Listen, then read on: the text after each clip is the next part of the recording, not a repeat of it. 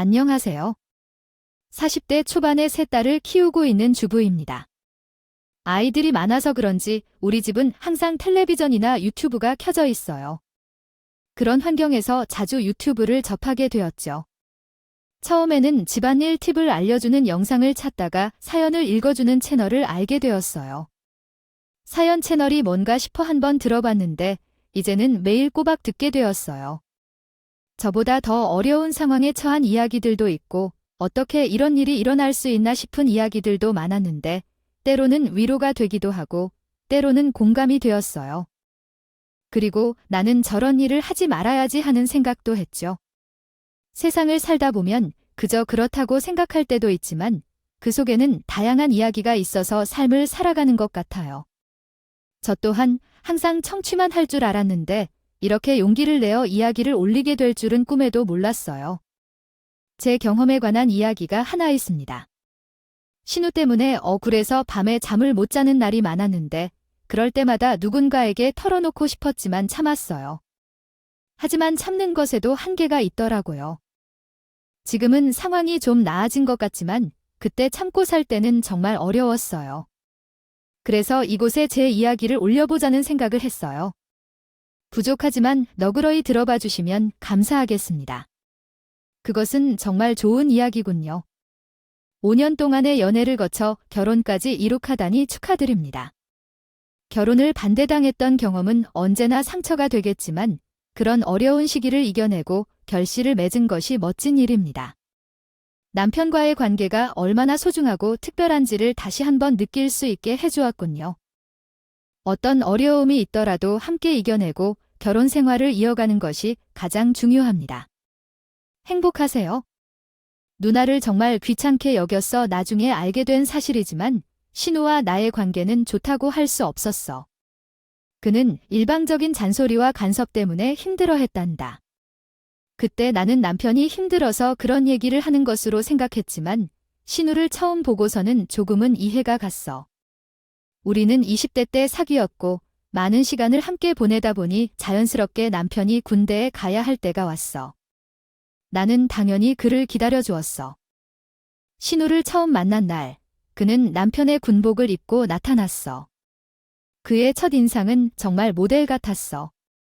키가 크고 하이힐을 신은 짧은 미니스커트를 입고 긴 생머리였는데 신우는 여자라도 그녀를 보면 닮고 싶을 정도로 아름답고 인상적이었어. 그녀에게 더 잘 보이려고 수군거릴까 싶어 몇 마디 말을 걸었지만 신우는 나를 도도하게 거들먹거렸어. 강화한테 언니 이야기 많이 들었어. 정말 예뻐요. 인기도 많겠죠? 너가 우리 강호 여자친구로 생각했던 것보다 키도 장난 아니다. 얼굴도 그렇게 까맣진 않네. 강우가 그렇게 칭찬을 한 것도 제법 있어? 내 동생 스타일은 아니지만 성격도 시원시원하고 밝아서 좋다니까 그러더라고. 하지만 내게 할 말이 있대. 이거 하나만 써주라면 고마울 거야. 생각해봐. 모두가 확실해질 때 좋을 것 같아서 간단히 사인만 하면 된다. 그렇게 신우가 내밀어준 것은 A4 용지였고 그 안에는 군대 기다리는 동안 절대 고무신을 거꾸로 신지 않겠다는 서약이 적혀 있었습니다. 신우가 직접 쓴 것인지 아니면 복사해 촉을 받는지 읽어본 글씨였습니다. 그리고 나의 여자친구인 제가 휴가 기념일을 먼저 챙겨주고 전화와 편지도 매일매일 꼭 하라는 내용도 있었죠. 간절히 각서를 읽었지만 이게 뭔지 난감했습니다. 언니, 이게 뭐예요? 어떤 약속인 거예요? 강호동이 아닌 거예요. 카모는 무슨 소리인지 모를 것이라고 생각해서 어제 급하게 적어본 것인데 운수를 함께 바라봐야 한다는 의미였습니다. 이제 서명하고 뒷면에 촬영하면 된다. 강우가 이런 것을 알아야 해. 내가 어떻게 찾을지 매우 끔찍하게 생각하지? 난 매일 대화나 편지를 보내야 한다. 아무튼 계속해서 우리 형님을 기다리면 걱정하지 않을 테니까 확신을 갖고 해야 한다. 그리고 배신하지 않을 것이라고 확신하는 게 어떻게 가능해? 카모로부터 하나의 확신을 전해진 게 없는 상속에서는 정말 배신자가 될 거라 생각하지 않을까? 그때에는 남자친구의 누나로 간주하여 압박에 의해 각서에 사인을 했습니다. 그녀가 고작 2살 위인 여자에게 명령과 강압으로 글을 쓰라는 것은 정말 억울했어요. 그렇게 남자친구가 군대에 가서 신고 싶지 않다는 서약을 쓰게 됐는데 그 서약처럼 모든 것이 잘 이루어지는 것은 아니었죠. 군대를 기다리는 동안 남편과 나에게 위기가 찾아왔던 적도 있었어요. 제가 남편보다 다른 곳에 집중하는 것이 문제였지만 이 문제가 심각하거나 우리를 헤어지게 할 정도는 아니었어요. 남편이 군대에 있던 지 8개월 정도 되어 학교 동아리에 들어가 바쁠 때였어요. 어울리는 걸 좋아해서 군대에 있는 남편에게 전화를 못하거나 자주 편지를 쓰기 시작했어요. 하지만 휴가 때는 남편과 함께였지만 그에게는 상처가 남았던 것 같아요. 어느 날 휴가를 나왔을 때 남편과 다투게 되었어요. 갑자기 휴가를 내면 스케줄을 빼놓지 않아 동아리 MT를 취소해야 했고 몇 달 만에 휴가를 내게 됐는데 남편은 서운해했던 것 같아요. 요즘 내 생각은 해외에 있고 내 생각을 좀 더 확인해 주었으면 좋겠어요. 항상 동아리 친구들이나 친구들과 어울려야 하는데 이러다 보니 그런 상황이 생겼다는 거죠.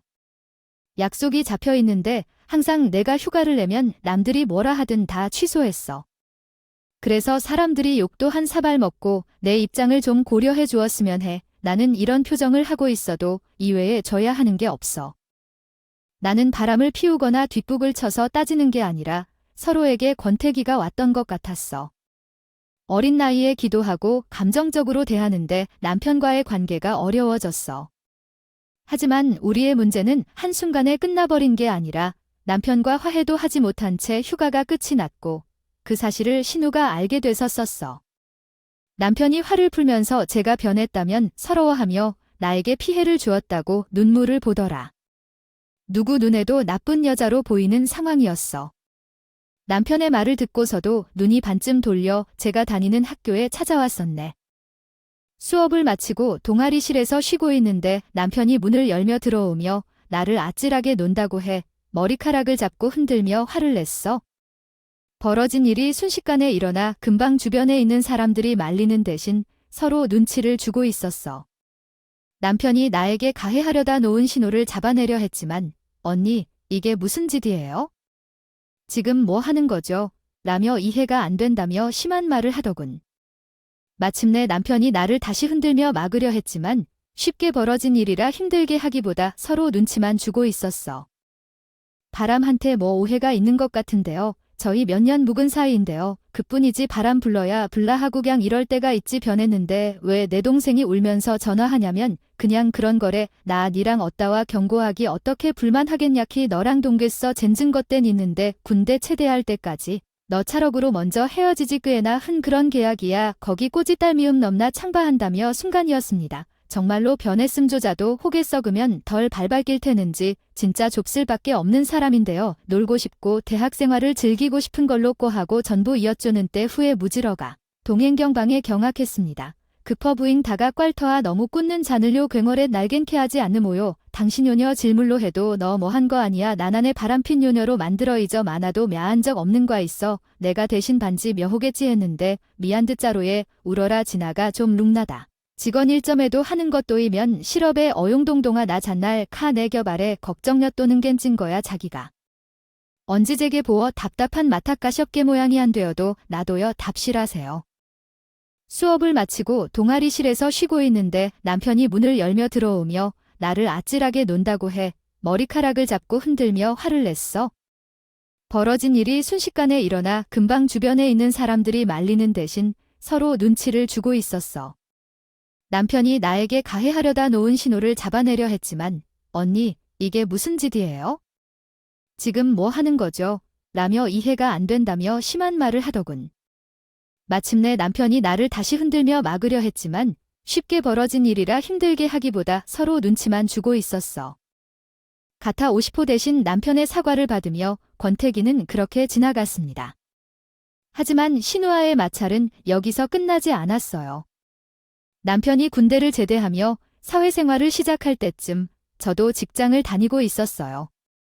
그런데 직장 생활을 하면서 몸이 너무 좋지 않은 거였죠. 설마 했던 우려가 현실로 나타나면서 혼전 임신을 하게 되었어요.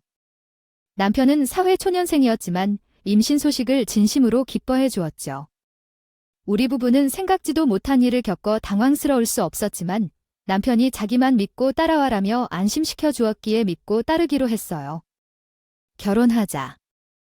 어차피 서로 결혼까지 생각했는데 조금 앞당겨진 것일 뿐이라고 생각하면 좋겠어요. 나 믿고 따라와. 내가 행복하게 해줄 테니까. 이게 그렇게 쉽게 결정할 문제가 아니에요.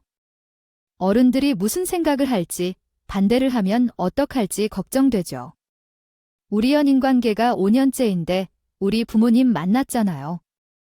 자기 엄청 마음에 드셨어요. 부모님한테 허락받기 전에 누나한테 먼저 말하자. 안 그래? 안 그러면 우리 누나 또 자기만 빼놨다고 난리를 치니까. 남편은 뱃속에 있는 아이를 위해 직장을 쉬는 게 어떻겠냐는 말을 해주며 결혼을 결심한 후로는 직장을 쉬고 임신과 결혼 준비를 하고 있었어요. 그러나 예비 부모님과 나는 남편과 결혼할 때 반대하지 않았지만 결혼 준비가 거의 끝날 때쯤에 신호가 갑자기 태도를 바꾸었습니다. 그의 말씀이 너무 혹세하고 투잡해지며 최근에 혼전 임신에 대한 책을 피하고 결혼을 하고 책임을 져야 한다는 언니의 말씀이 너무 가혹하지 않습니까? 혼전 임신을 해도 그것이 나 혼자서 한 일인가요? 이제 와서 결혼을 반대하는 것은 무슨 말인가요? 부모님도 모두 허락했잖아요. 어쨌든 생각은 변할 수 있어요. 후회하는 것보다 지금 제 말을 듣고 끝내는 것이 더 좋을 거예요. 나중에 제게 고마울지도 몰라요. 우리가 고생하고 살지 못한다는데 왜 결혼까지 간섭하는지 이해가 안 돼요. 강모가 군대에 있을 때는 헤어지지 말라고 했는데 이제는 왜 결혼하겠다고 반대하나요? 신호의 머릿속이 정말 궁금합니다. 예비 부모님들은 예에 바르고 배려심 많으신 분들이었고 남편도 따뜻했죠. 5년이 넘게 만나왔지만 군대에 있을 때 한 번 정도로 사이를 싸우기만 했을 만큼 좋은 사람이었습니다. 그러나 신호는 다른 유전자를 갖고 있는 것처럼 가족과는 완전히 다른 성격의 사람이었습니다. 결혼을 반대하는 이유를 말할 때 정말 분노가 가득해 보였고 꼭꼭 짚어서 말해야 했습니다. 서로 알아주며 헤어지면 안 돼요. 결혼을 반대하는 이유에 대해 호의를 표현하며 여러 이유에 대한 이야기가 있는 것을 알고 있습니다. 그럼에도 불구하고 결혼을 반대하는 이유가 매우 부당하다고 생각하는 것을 이해합니다. 어떤 상황에서도 가족의 사랑과 이해가 가장 중요함을 느낍니다. 결혼은 두 사람의 인생과 행복을 위한 소중한 결정이기 때문에 이유와 상황을 신중히 고려해야 한다고 생각합니다. 위의 이야기에 대해 더 자세히 알려주셔서 감사합니다. 신우는 그녀의 속마음이 들킨 것 같아 얼굴과 귀가 빨개졌으며 마지막 발악을 하기로 결심했다. 탭9층으로 그 집에 들어가야 한다면 혼수는 해올 능력 퇴해주는 능력이 없었다. 이 집에는 재산도 없고 모아둔 돈도 없어 괜히 다시 카모에 누워 그녀에게 미안한 마음을 드리겠다고 생각했다. 친정 엄마가 알아서 해주면 되는데 왜 모아둔 돈 많은데 저 모를까? 언니보다 더욱 강하게 상대해주면 좋은 혼수로 집에 들어가는 걸까? 저희 아빠에게 빌려서 결혼하지 않겠다. 집을 다 갚겠다고 약속했지요. 신우는 더 이상 할 말이 없다는 듯이 힘을 다해 노련히 받지만 아무 소리도 못 내고 쉴드만 받으며 나가버렸다. 뒤늦게 온 남편은 왜 자꾸 혼자 승리하려는 거야? 라며 어리둥절해했지만 그 후로 신우와의 관계가 좋아질 수 없다는 것을 깨달았다. 내가 남편을 선택한 것 이외에는 선택할 방법이 없이 신우와 가족이 되었지만 깨끗하게 해야겠다고 생각했다. 또한 신우가 결혼을 반대하지 않았다면 5개월 후 웨딩 사진을 찍었을 테니 그렇게 결혼식을 올렸을 수 있었다. 뒤늦게 결혼을 반대하다 보니 10장 예약을 늦게 잡아 8개월 후에 결혼식을 올렸다. 뚱뚱한 것과 동행한 것이 차이가 너무 크게 나왔는데 뚱뚱한 결혼 사진을 찍을 때 속이 부글부글해졌다. 아직도 결혼 사진을 보면 분노가 치밀어 올라올 때가 있다. 한두 번이 아니었습니다. 결혼한 후 1년 정도는 신우와 부딪히는 일이 없어서 평탄한 결혼 생활을 했었어요. 그 후 둘째를 임신했을 때쯤에도 신우가 결혼 준비로 바빴기 때문에 마주칠 일이 없어서 좋았죠. 그런데 그쯤 청천벽력 같은 소리를 듣게 됐습니다. 신호가 저희가 사는 아파트로 신혼집을 구했다는 말을 하더군요. 이미 집 계약도 했다면서 웃으면서 제 앞에서 말을 하는데 속에서 천불이 나눔 줄 알았습니다. 신호가 돌아가고 남편과 단둘이 있을 때 사소연을 했죠. 아니, 형님은 왜 우리 아파트로 와서 사실인데 나 싫어하는 거 아니었어? 이제 매일 봐야 하는 거 아니야? 누나는 결혼해서도 일한데 여기가 매형 직장하고도 가깝고 둘이서 알아서 잘 정했겠지. 당신은 너무 신경 쓰지 않아도 돼 태평한 소리한다. 정말 요즘 당신은 편해져. 그게 왜 그런 줄 알아? 형님이 당신한테 눈을 돌리는 건 나한테 간섭하고 잔소리 하니까 편해진 거야? 나는 싫어. 형님이랑 같은 아파트에 사는 거 하지만 제 바람대로 될 턱이 있나요? 신우는 정확한 날짜에 신혼 가구를 드리고 집에 이사를 왔습니다. 그때가 제가 만삭이 되었죠. 형님네 부부는 한 달 정도 먼저 사신 후에 결혼식을 올렸는데 결국 사건이 터지고 말았네요. 식을 올리기 전이었지만 형님이 직장 동료들한테 집들이를 한다며 나를 잡았다고 하더군요. 그리고 나에게 집들이 음식을 도와달라고 부탁을 한 적이 있었습니다. 처음부터 안 좋은 모습으로 엮이고 싶지 않아 기분 좋게 도와주겠다며 갔었죠. 간단히 음식 몇 가지만 감싸주고 준비해주면 될 줄 알았던 나는 아무것도 해 놓지 않은 신호를 보고 당황한 기억이 있네요. 내가 일찍 왔으니까 늦었네 마트 가자. 손님들은 6시 온다고 했으니까 지금 참 봐서 음식 준비하면 충분하겠지. 지아 어린이집 보내고 이것저것 하다 보니까 시간 가는 줄 몰랐네요. 나도 집안일이 있어서 그런데 음식은 뭐 하실 건데요? 재료라도 먼저 넣으실지 하나도 준비하고 있으셨던 거예요. 올케가 도와준다며 나 음식은 완전 똥손이라. 우리 회사팀 식구들 다 오는 거야. 무조건 맛있게 많이 만들어야 해. 그런데 뭐 만들어줄 거야. 집들이 음식 메뉴조차 정해놓지 않고 저만 기다렸다는 신우의 말에 하늘이 노랗게 변하더군요. 만삭인 나에게 음식을 하라는 신호가 제정신이 아닌데 보였죠. 하지만 그때까지도 실은 내색 없이 신우 말을 따라 장을 봐주고 집에 와서 요리를 했습니다. 그런데 이상하게 아랫배가 자꾸 뭉치고 따끔거리는 게 처음에는 신우한테 받은 스트레스 때문인 줄 알았죠.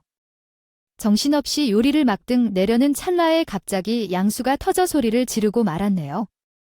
거실에서 음식 준비를 하던 신우가 놀라서 뛰어들어오자마자 나는 심장 드는 소리도 안 듣고 자꾸 바닥에 흐르는 물만 닦으려고 바빴어요. 어떻게 이렇게 손님이 오면 어떡할까요? 미친 건가요? 제발 좀 이리로 와서 매트 다 젖게 하지 말라고 해요. 형님, 지금은 그런 때가 아니라 응급실에 가야 돼요. 아, 맞다. 구급차를 불러야겠어요. 제 정신 좀 차려야겠어요. 서로 어색해하고 놀라서 이해할 수 있다고 생각했어요. 하지만 그 후 일어난 신우의 행동에 대해서는 정말 깜짝 놀랐답니다. 점점 배 아픔이 오면서 혼란스럽고 미쳐가는 듯한 상황 속에서도 신우의 행동은 맑고 선명하게 기억에 남아요. 구급차에 실려가는 동안 정신이 없어서 신우까지 어떻게 나를 옮겨야 할지 몰랐지만 신우의 대처에 경악했습니다. 구급대원은 신우가 보호자와 같이 가야 한다고 했지만 신우리가 도로 끊듯이 집에 가야 되라며 집으로 향했어요. 보호자가 돼주세요. 제가 간수해야 할 것 같은데 그런데 손님이 오기 전에 집을 치워야 하는데 양수가 냄새 나냐고? 집 잘 치우면 냄새 안 날 텐데. 신우의 말에 고통도 못 느낄 만큼 답답했어요. 구급대원은 당황스러워하며 어쩌면 좋을지 모르는 것 같았어요. 그 당시 내 부모님과 친정아버지는 시골에 계시고 남편은 지방 출장 중이어서 보호자가 필요했는데 신우가 제 외에 없었죠. 그런데 신우는 내 상황을 신경 쓰지 않고 손님이 올 시간이 다가와서 초조해하는 것 같았어요. 일단 전화 한 통 해주세요. 형님, 그리고 아빠에게 전화해주세요. 형님이 가치를 주도록 부탁하지 말아주세요. 먼저 어린이집에 전화해서 오는 시간을 확인해주세요. 난 전화할게. 걱정 마세요. 어서 출발해주세요. 혼자 둘째를 낳았지만 아빠는 어린이집에서 첫째를 데리러 오지 않았다고 했어요. 남편이 급히 지방에서 올라와서 첫째를 데리러 찾아와서 선생님이 퇴근할 때까지 혼자서 기다렸어요. 상당히 실망스러웠어요. 그렇게 둘째를 낳고 병원에서 태어나는데 첫째가 제게 보던 순간 우는 것을 기억해요. 그 후로 몇 사내로 뒤돌리고 막대 받친 셈이 되어버렸어요. 가족이었다고 도움을 달라고 했지만 실제로는 제가 조카를 부탁한 것을 잊고 없다고 했어요. 집들이에 손님을 맞는 것은 중요하지만 급하게 출산하는 사람이 도와달라고 하는데 그게 얼마나 어려운 건지 이해가 되지 않아요. 형님이 왜 그러는지 이해를 못해요. 아빠가 올 때까지 얼마나 걱정되겠어요. 아마도 이야기 전개를 요약한 내용은 다음과 같을 것입니다. 그 일은 집에 돌아오자마자 엄마가 있던 것이 아니었음에도 형과 함께 임신한 몸으로 마트에 가서 요리 재료를 구입하고 5시간 동안 서서 요리를 했다. 그 후 형은 미안하다거나 고맙다는 말 한마디도 없었고 그로 인해 상처를 받았다. 형이 나올 때 맡았다는 사실에 대해서 반발했으며 어머니에게 사과하고 싶어 하지만 형의 태도가 문제였다. 결국 형은 엄마를 호구로 만드는 것을 거부하고 전화를 끊었다. 함께 있는 손님들에게 합류를 취소해야 할 이유가 있었다. 이후 마음이 무척 상했다. 일도 많았고 스트레스도 많이 받았지만 딸처럼 대해주시는 부모님 덕분에 그나마 견딜 수 있었던 것 같아요. 그리고 끝내는 둘째 출산에 대한 사과는 받지 못했습니다. 사과를 받을 생각도 없었지만 신후의 행동에 대해서 적어도 미안했다고 고마웠다는 말 한마디라도 듣고 싶었는데 물 흐르듯이 시간은 흘러갔어요. 그렇게 몇 년이 지나고 나서 신우가 임신을 하게 됐습니다. 저도 셋째를 임신 중이었죠. 시부모님은 겹경사라며 손주 복이 많다고 좋아해 주셨던 기억이 나네요. 하지만 신우는 예외였습니다. 세 번째 역시 딸이었지만 저희 부부와 가족들은 아들, 딸 상관 말고 건강하게만 키우자는 마음이었기에 셋째가 딸이어도 행복해했죠. 하지만 신우는 다르겠더라고요. 그리고 바라던 아들을 임신하자 엄청난 유세를 떨더군요. 올해 설마 이번에도 딸인 게 아니지라고 하면서요. 셋째는 얼굴도 안 보고 시집간다는 말이었죠. 얼마나 예쁜 아이가 태어날지 벌써 초음파 사진 보면 눈, 코, 입이 엄청 또렷한 걸 볼 수 있어요. 언니랑 다르게 보인대요. 그럼 뭐라고 해야 할지 모르겠지만 딸이 아무리 좋다고 하더라도 그래도 아들이었으면 좋겠다. 조카 한 명쯤은 있고 싶었는데 내가 낳은 자식으로 만족해야겠다고 생각해요. 설마 또 낳는 건 아니지. 그런데 또 딸이면 옳게 남들이 흉과할 거예요. 진우를 만나고 10년이 넘어 우리는 이제 어떤 말이 오더라도 덜 상처를 받는 법을 익혔습니다. 그 방법은 한 귀로 듣고 한 귀로 지나가는 것이었죠. 누군가 우리에게 잔소리를 해도 우리는 딴 생각을 하며 척하며 끄덕이는 척을 했습니다. 처음에는 살아남기 위해 이 방법을 사용했지만 무심코 하는 말들이 더 이상 우리에게 상처 주기가 어려워졌어요. 그래도 이 방법이 이제는 습관이 되었는지 현재는 자연스럽게 쓰고 있네요. 그러나 이 방법이 한 번 통하지 않은 적이 있었습니다. 언니에게서 자들 낳는 것이 왜 그렇게 어렵고 형제들은 왜 계속 내신고 딸들은 왜 손실로 생각해요? 그냥 건강하게 키워주면 돼요? 딸만 3명이면 충분히 아니라고요. 여전히 시간이 남았어 라는 말을 듣고 정말 분노했습니다. 그 순간 제 얼굴이 붉게 달아오르는 걸 느낄 수 있었죠. 그때는 참지 못했고 자리를 털고 나왔습니다. 그리고 남편한테 전화를 걸어 이야기했어요. 남편도 처음으로 저에게 화를 내며 이번에는 언니가 지나쳤다고 생각했습니다. 그 사람에 대해 도저히 용납할 수 없었어요. 그렇게 우리에게 그런 말을 하는 건 완전히 신중해야죠.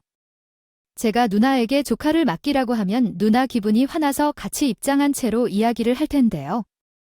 하지만 다시 생각해보면 우리끼리 해야지 하는 이야기가 있어서 말해야 한다고 생각할 거예요.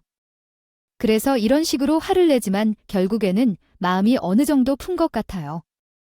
하지만 그냥 내려놓기엔 어려워서 번지면서 남편이 누나를 안 보겠다고 선전포고를 한 것 같습니다. 조금 마음은 상했지만 거리를 두니까 스트레스를 받지 않겠죠? 그런데 누나가 계속 이 선을 치면 제게 책임지게 하면서 화를 내주더라고요. 남편이 신경 쓰지 말라며 무시해도 중간에 난처했어요. 누나가 먼저 사과를 하기 전에 출산을 했고 한 달 간격으로 세 번째를 출산했어요. 출산을 해도 누나의 모습이 변하지 않을 것 같았는데 조금씩 변해가더라고요. 좋은 변화가 아니라 뻔뻔해지면서 능구렁이처럼 변했습니다. 아들 한 명 키우는 게 왜 이리 어려운 건지 저에게 찾아와 육아를 하고 싶다고 해요. 멍청한 엄마라며 소리 지르면서 하다가는 하루 잠을 자고요. 남편과 화해한 후에는 셋째 딸이 육아용품을 마치 자신의 것처럼 쓰기 시작했습니다. 그런데 내부분유 등 공동육아는 너무 뻔뻔한 일이었습니다. 신우가 우리 집에 머물기 시작한 후에는 매일 밤이 된 것 같았습니다. 한 달이 지난 후에는 우리 집에서 같이 지내는 것이 너무 심했고 예비 신랑이 집에 가라고 압박했지만 신우는 계속해서 핑계를 대며 계속 머물렀습니다. 한 달간의 동거는 시집살이보다 더 힘들었고 신우는 선처럼 육아를 피하며 제게 부탁만 했습니다. 어느 날 너무 짜증이 나서 더 이상 못 겠다고 말했지만 이후에 신우의 말에 충격을 받았습니다. 부정적인 상황에서도 신우는 자신의 힘든 상황을 언급하며 육아를 회피했습니다. 토론이 뜨겁게 전개되고 있습니다. 선배님들과 후배들이 부탁하여 나에게 맡기기로 했다. 그것을 정확하게 해내기 위해 신우에게 받은 스트레스는 결국 남편에게까지 전달되었습니다. 매밤 남편은 내 잔소리와 소수정을 들어주어야 했습니다. 형님이 부탁해왔다고 하여 형님의 역할에 대해 어떻게 짜증이 나오는지 정말 알 것 같습니다. 부탁을 하셔서 기뻐하시더라고요. 하녀처럼 시중을 들으라는 것은 도대체 언제 집에 가느냐는 것이 아닐까요? 증자를 기르는 것보다 형님의 마음을 이해하려는 것이 더 어려운 것 같습니다. 남편이 이 일로 저에게 미안해하는 것 같더라고요. 있다면 힘들 것이라고 한 것이고 소형 서브를 준다더군요. 그리고 남편은 대중교통을 이용하여 출퇴근을 한다고 했습니다. 어느새 차를 선물받아 기분이 좋기도 하였고 남편에게 미안해하기도 하였습니다. 그러나 아이들을 돌봐주는 것이나 병원을 이용할 때 고마울 때 아이들을 대중교통을 이용하여 은 아님으로 차를 선물을 받게 되었습니다. 그러나 신우와의 관계가 개선된 것은 아니었고 같은 아파트 사는데 이미 신우가 우리 집까지 편하게 다니는 정도가 되어 익숙해지었네요. 그 또한 비밀번호를 기억하고 있다더라고요. 가끔 집에 가보면 과일이나 생필품을 허락 없이 가져가는 경우가 있었죠. 한 번은 신우 집에 가는데 제가 사용하던 세제가 보여 집어간다고 했습니다. 그럴 수 있다고 생각하여 넘어갔습니다. 그러나 부엌에서 재혼 때 가져온 접시가 신우의 부엌에 있는 것을 보고 어이없었습니다. 이건 형의 접시인데 우리 집에도 2개 있는데 어린이집 엄마들이 온다고 잠시 빌린 거야 라고 말하는데 내가 아무런 의견을 말하지 않았습니다. 이런 상황이 몇 번 있어서 이제는 놀라지도 않았지만 결국 용납할 수 없는 일이 벌어졌습니다. 어느 날 막내가 고열이 나서 어린이집에서 연락이 왔어요. 아파트 단지에 있는 어린이집에서 막내를 데리러 가려다가 차키를 찾을 수 없었어요. 아이는 기침을 하며 열이 나는데 차키는 없고 차도 없어서 정말 속이 삭은 기분이었습니다. 결국 구급차를 불러 막내를 병원으로 데려갔습니다.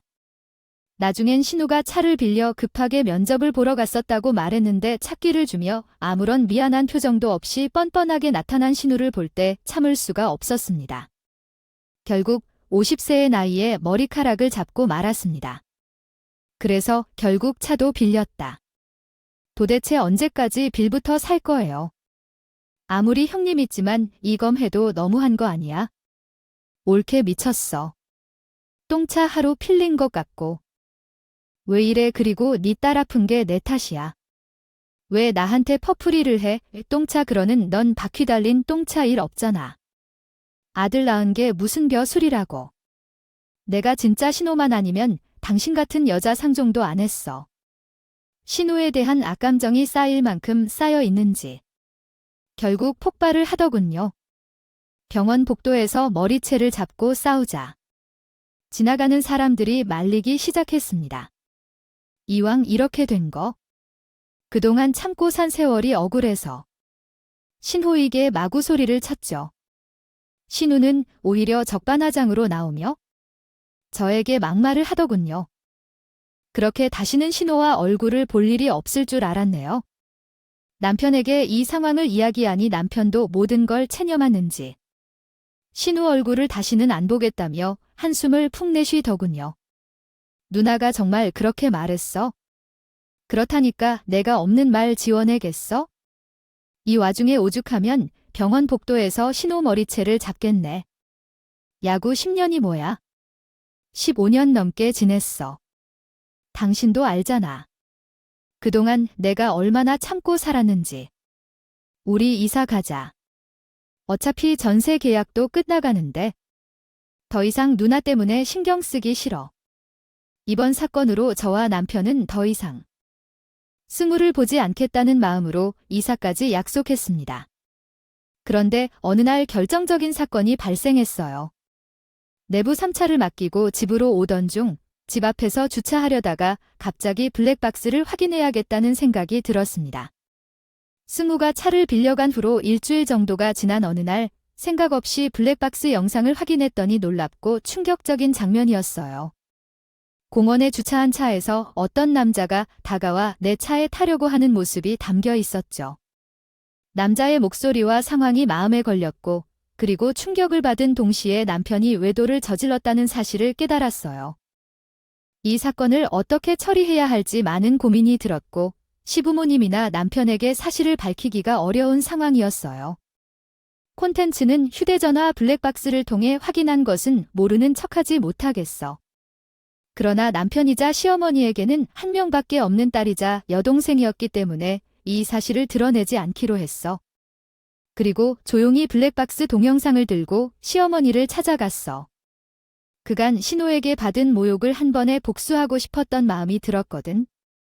자주 출장 다녀가시는 시아버지를 오랜만에 따로 만나니 조금 어색한 것 같더라고. 나 혼자 봐야겠다고 했더니 상당히 놀랐어. 사실 어떻게 해야 할지 몰랐거든. 우선 이거부터 보세요. 영상을 본 시어머니는 의외로 놀라지 않았어. 알고 보니 심증만 있었지 목격 증거는 없었다고 하면서 시아버지의 충격적인 이야기를 들을 수 있었어. 결국 이렇게 느껴지네. 줄로는 알고 있었어. 그러나 심증만 있었지. 대망을 잡았더니 어찌해야 할 길이 없더라고 해. 덕분에 이번 일을 처리하는데 수월해졌어. 그렇게 신하은 시아버지와 이혼을 하게 되었고 아이를 빼앗아 혼자 살았어.